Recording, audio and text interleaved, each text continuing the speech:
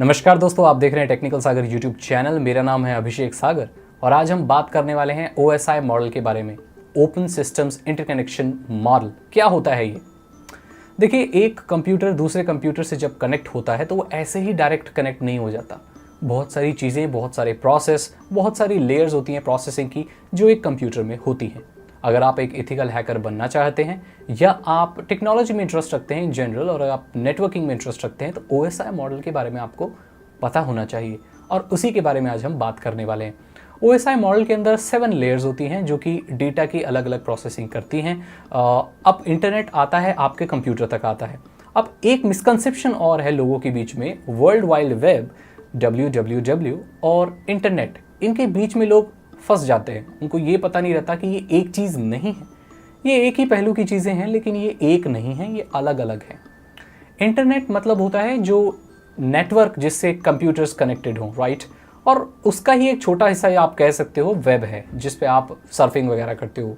YouTube पे जब आप वीडियो देख रहे हो वो वर्ल्ड वाइड वेब पर देख रहे हो, लेकिन ज़रूरी नहीं कि वर्ल्ड वाइड वेब ही इंटरनेट है। ये दोनों अलग चीज़ें हैं। इंटरनेट पर बहुत सारी अलग और चीज़ें भी कर सकते हो, लेकिन एक लिमिटेड। आप कह सकते हो कि इंटरनेट पिताजी हैं और उनका छोटा बच्चा वर्ल्ड वाइड वेब, यानी जिसे आप वेब बोलते हो, WWW बोलते हो। ये थोड़ा सा मिसकंसेप्शन, इसको मैं क्लियर कर दूं।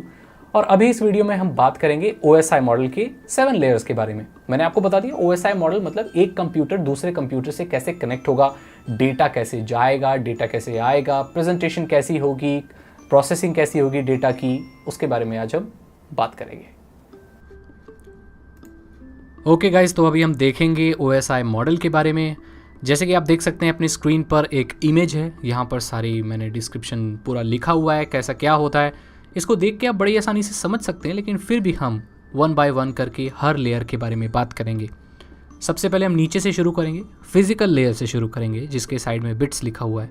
मीडिया, सिग्नल, बाइनरी ट्रांसमिशन, आपको पता है डेटा बाइनरी ट्रांसमिशन के थ्रू जाता है, सिग्नल्स के थ्रू जाता है। तो जो पहली फिजिकल लेयर होती है जिसमें रॉ डेटा होता है, ठीक है, उसके ऊपर थोड़ा सा बढ़ेंगे तो डेटा लिंक होता है। अब डेटा लिंक के अंदर मैक आता है। आप जानते हैं मैक एड्रेस हर एक डिवाइस का आइडेंटिफिकेशन होती है, हर एक डिवाइस का अलग मैन्युफैक्चरिंग जो उसकी हुई है, मैन्युफैक्चरर कौन है उसके हिसाब से उसका मैक एड्रेस होता है। इंटरनेट आता है तो इंटरनेट कौन से डिवाइस में जाएगा ये कैसे पता होगा? इंटरनेट पर तो आपकी IP होती है, लेकिन आपके लोकल नेटवर्क पर आपके डिवाइस का मैक एड्रेस भी होता है जो कि उसका एक फिजिकल एड्रेस होता है। अगर लोकल एरिया नेटवर्क है तो उसमें अलग अलग डिवाइसेस के अलग अलग मैक एड्रेस होते हैं, जिससे पता रहता है कि कौन सा डिवाइस कौन सा है। नेटवर्क के तौर पर इसको अलग अलग डिस्क्राइब करने के लिए IPs भी होती हैं, लेकिन मैक भी बहुत अच्छा रोल अदा करता है। उससे ऊपर आते हैं हम, पैकेट्स लिखा हुआ है, नेटवर्क लिखा हुआ है, पाथ डिटर्मिनेशन, लॉजिकल एड्रेसिंग। तो मैक के बाद अगर कोई चीज़ आती है तो वो लोकल IP आती है आपकी, और पाथ डिटर्मिनेशन या पाथ डिटर्मिनेशन बोल सकते हैं आप, मेरी टंग स्लिप हो रही है, सॉरी। तो अलग अलग IP होती है, लोकल IP होती है, ठीक है। उसके बारे में मैं ऑलरेडी बता चुका हूँ, ज़्यादा बताने की ज़रूरत नहीं है। जो लोकल एरिया आपका होता है, लोकल एरिया नेटवर्क होता है आपका, तो ये वो लेयर होती है, पैकेट्स के फॉर्म में डेटा जाता है। उसके बाद आती है ट्रांसपोर्ट लिमिट, इस ट्रांसपोर्ट वाली जो लेयर है। अब इसमें ट्रांसपोर्ट में क्या है, डेटा ट्रांसफ़र हो रहा है, TCP IP, इन सब चीज़ों के बारे में मैंने आपको बताया था। एंड टू एंड कनेक्शन, एक एंड से दूसरे एंड में कैसे जाएगा। तो आपको पता है सेगमेंट के 2 एंड होते हैं, स्टार्टिंग होती है, एंड होती है। तो डेटा जब जाता है तो उसके भी एंड होते हैं, ठीक है। मेरी तरफ से अगर डेटा किसी दूसरे कंप्यूटर में जा रहा है तो मेरे यहाँ से शुरुआत हो रही है और उसके यहाँ अंत हो रही है, तो ये एंड टू एंड कनेक्शन हो गया, राइट। तो सेगमेंट्स होते हैं उसके। आगे ऊपर जाते हैं, उसके बाद सेशन पे आ जाते हैं, इंटर होस्ट कम्युनिकेशन। आप पता है सेशंस क्या होते हैं, इसके ऊपर मैं ऑलरेडी वीडियो बना चुका हूँ। आप सेशन के बारे में मेरी वीडियो सर्च कर सकते हैं, पूरे मैंने डिटेल में उसको बताया हुआ है, ठीक है, कि कितने कितने डेटा के सेशन होते हैं।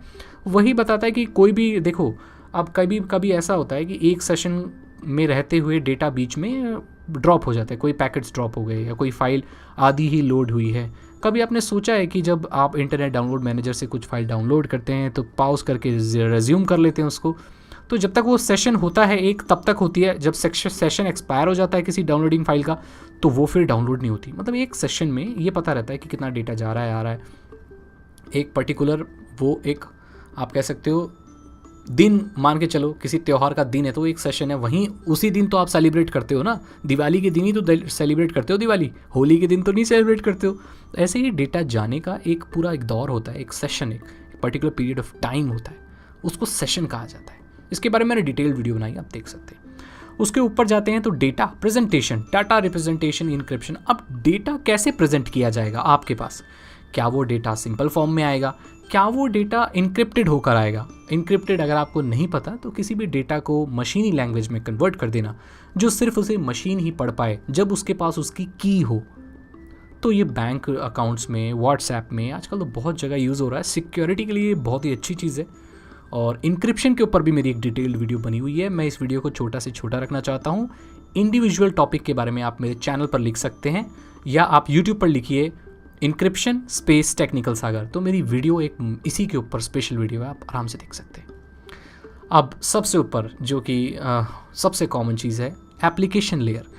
एप्लीकेशन लेयर में जो आप अपने ब्राउज़र पे इस्तेमाल करते हैं, कनेक्शन का इस्तेमाल कर रहे हैं, अपना वेब पेज सर्फ कर रहे हैं, वो सारी चीज़ें जो अपर लेवल पे होती हैं, जो हम देख पाते हैं कि एप्लीकेशन कौन सी लेयर, एप्लीकेशन कैसे डेटा को यूज़ कर रही है, कैसे आप FTP पे कर रहे हैं, कैसे आप SMTP पे कर रहे हैं, अलग अलग प्रोटोकॉल्स काम कर रहे हैं, सर्फिंग कर रहे हैं, वेब पेजेस लोड हो रहे हैं, वो जितनी भी चीज़ें होती हैं वो सबसे अपर लेयर में होती है, जिसे एप्लीकेशन लेयर कहा जाता है। तो दोस्तों ये था OSI मॉडल।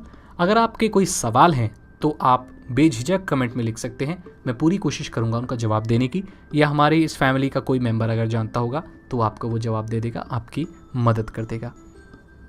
अगर आपको ये वीडियो अच्छी लगी तो इसे लाइक करें, अपने दोस्तों के साथ शेयर करें, और अगर आप मेरे चैनल पर नए आ गए हैं तो इस चैनल को सब्सक्राइब करें, बेल आइकन को प्रेस करें। मैं मिलता हूँ आपसे अगली वीडियो में। Thank you so much and good bye.